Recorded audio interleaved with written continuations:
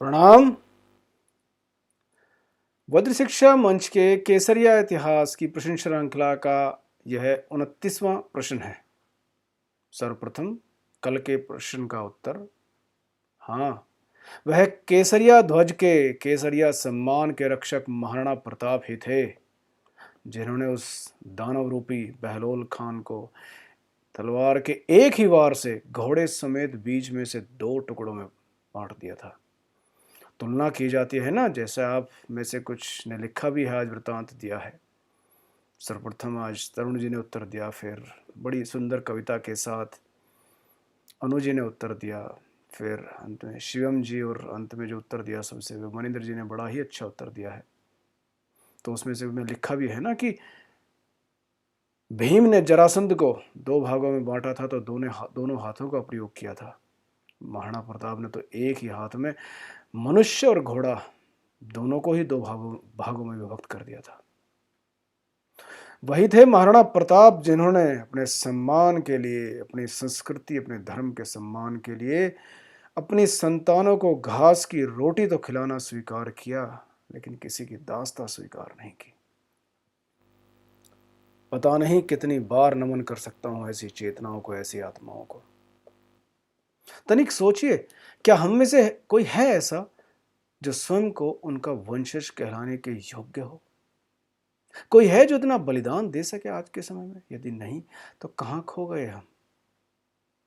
आइए मिलकर करते हैं पुनः ऐसी ही संस्कृति का, ऐसी ही शिक्षा का निर्माण और ऐसी ही मां भारती की संतानों का इसी दिशा की ओर कार्य कर रहा हूं, और जिसमें सभी सहयोगी लोग सहयोग दे रहे हैं। तो आइए अब आज के प्रश्न का संक्षिप्त विवरण जानते हैं।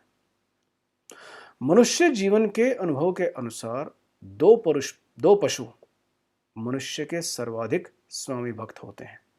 संभवतः आप जानते भी हो, कुत्ता और घोड़ा। कुत्ते का उदाहरण तो यदि आप लोगों ने महाभारत काल का कुछ वृतांत और अधिक पढ़ा हो, तो स्वयं धर्मराज युधिष्ठिर जब स्वर्ग जाते हैं जीवित सदेह, तो उनके साथ एक श्वान कुत्ता भी जाता है।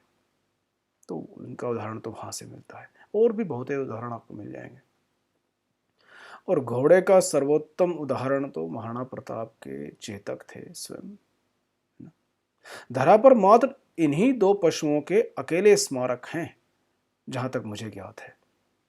कुत्ते का भी एक स्विट्जरलैंड या जापान में से कहीं पर बना हुआ है, उसकी कहानी फिर किसी और दिवस सुनाऊंगा।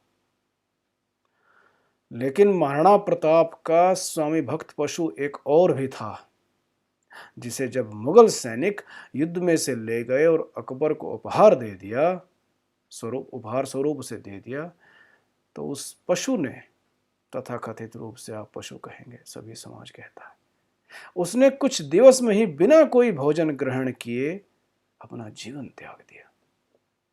कल्पना कीजिए इस पुण्य पावन धरा पर जन्मी उन महान आत्माओं का, जहां पशु भी इतनी उच्च चेतना के धनी रहे हों। और तब तुलना कीजिए वर्तमान मनुष्य समाज से, और देखिए स्वयं तुलना करके कि क्या हम उन पशुओं से श्रेष्ठकर हैं। जहां वर्तमान में कोरोना काल में जो द्वितीय लहर आई थी भारत में भी, यहाँ डॉक्टर लोग, तथाकथित चिकित्सक लोग ऑक्सीजन की, प्राण वायु की कालाबाजारी कर रहे थे।